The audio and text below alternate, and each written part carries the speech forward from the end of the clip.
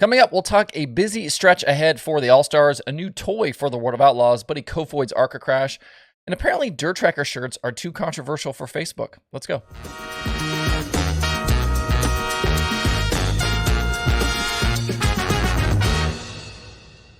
It's Wednesday, August 24th. I'm Justin Fiedler. This is Dirt Tracker Daily. After a few days off following weekend shows at Outlaw and Utica Rome, the All-Star Circuit of Champions is back tonight to start a stretch of 5 races in 5 days across Pennsylvania and New Jersey. It's Bloomsburg Fair tonight, Bridgeport tomorrow, Williams Grove Friday, Lincoln Saturday, and Bedford Speedway on Sunday. Tyler Courtney patted his championship lead over the weekend, and the gap back to Justin Peck is now 118 points. Everyone from Cap Henry in third on back is basically out of striking distance at this point. The All-Stars have already been to Bloomsburg Fair this season, with Anthony Macri winning back on April 21st. He led the final 14 laps and topped Bill Balog and Justin Peck. I think Macri will again be a favorite tonight, but you won't see him in his usual 39 machine. Instead, Macri is taking over the McGee 11 for the next several races, with Parker Price Miller still recovering from his Knoxville injuries. Corey Eliason was in that car this last weekend and picked up 2 top 5s, so with Macri taking the wheel in his home area, expect him to compete for wins and run up front. Another different driver and team combo we'll see this week is Cole Macedo and Alex Bowman's Ally 55. Macedo tweeted this morning that he'll run Bloomsburg and Bridgeport this week in that car, and TJ Slideways tweeted out kind of the connection there. Joe Gertie, who used to crew chief for Cole's brother Carson when Carson raced for Kyle Larson Racing, is in charge of Bowman's sprint car team. Cole has been strong running in Ohio this season with the Linders and Ray Brooks, and had a nice run at Knoxville for the Nationals in that Philip Dietz prepared car. He was 8th on his prelim night and 7th in the Saturday B-Main. Other drivers you'll see tonight include Gio Scelzi, Brent Marks, Danny Dietrich, and I'm sure a solid contingent of other PA Posse members. You can watch the All-Stars live tonight on Flow if you are not headed to the racetrack. And if you follow the Dirt Tracker Twitter account, you may have seen my retweet yesterday of an interesting post from Featherlight Trailers. They shared a few photos of a new trailer they were just finishing up that is actually for World Racing Group and the World of Outlaws. The tweet mentions the trailer will be a mobile office setup, and the big 53-footer includes the ability to serve as a ticket vending setup with multiple walk-up windows on the side. It'll certainly be a nice addition out on the road, and after talking to some friends over at WRG, it sounds like we could see this new trailer at big events and now with the Sprint Car Series a bunch. NASCAR has used something similar for their credentials and pit passes here in recent years, and having a setup like this could make buying tickets at busy events go much quicker. Instead of relying on maybe just 1 or 2 windows that a local track's ticket booth would have, this trailer has 5. And infrastructure and facilities are a challenge at some racetracks, so when in doubt, bring your own infrastructure. If you want to check out more of the photos for yourself, head over to dirttracker.com twitter.com/dirttracker. Before I move on, I've got a quick merch story for you. I tried over the last week or so to set up some Facebook and Instagram ads to help spread the word about the new Dirt Tracker shirts.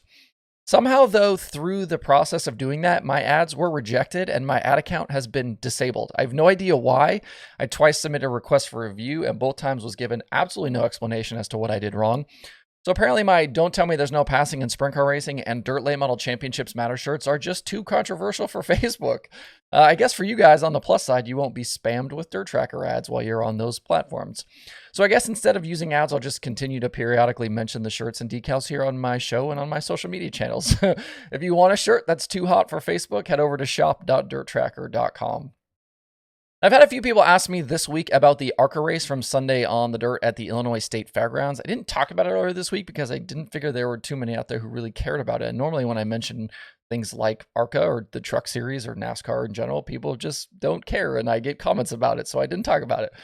Buddy Kofoid was in the race driving an entry for Venturini Motorsports, obviously through his Toyota connection, and he was in contention for a lot of the event. The 100-lap race was eventually shortened because of time limits at the facility, but things went sideways around what was probably going to be 1 lap to go in the race.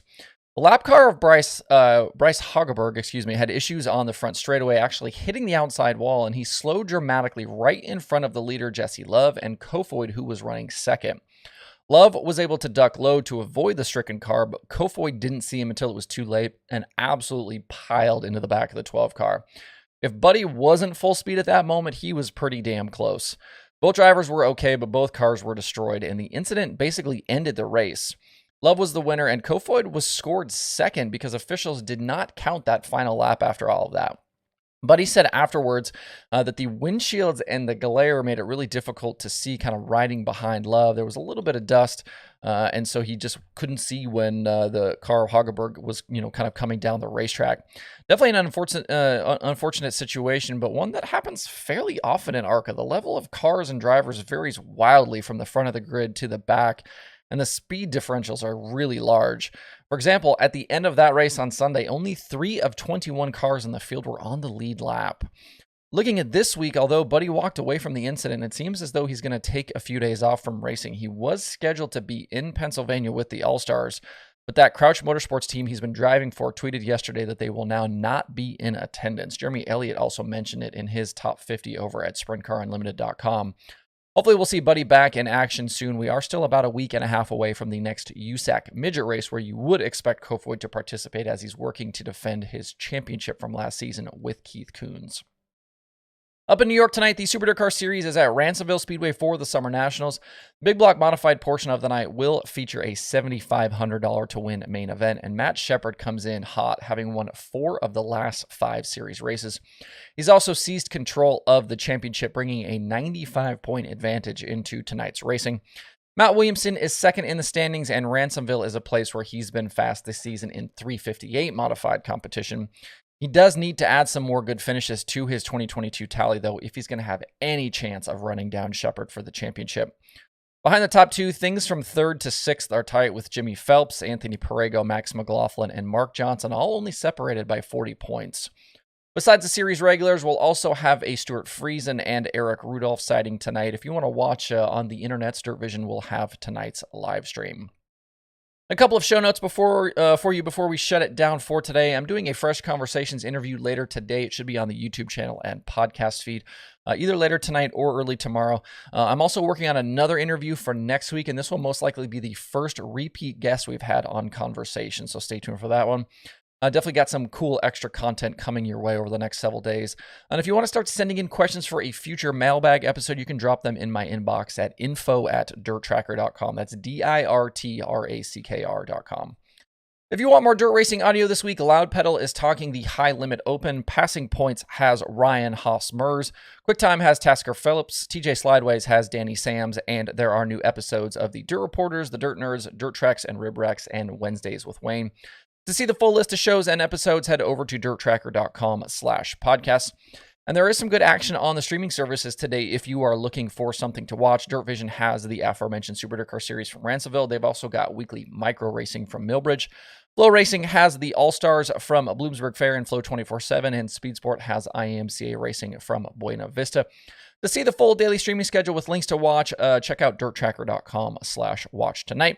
That's it for the show today. Have a good Wednesday. Make sure to like, subscribe, and comment on these videos. That helps me out. Thanks, everybody, for tuning in. We'll see you tomorrow for more Dirt Tracker Daily.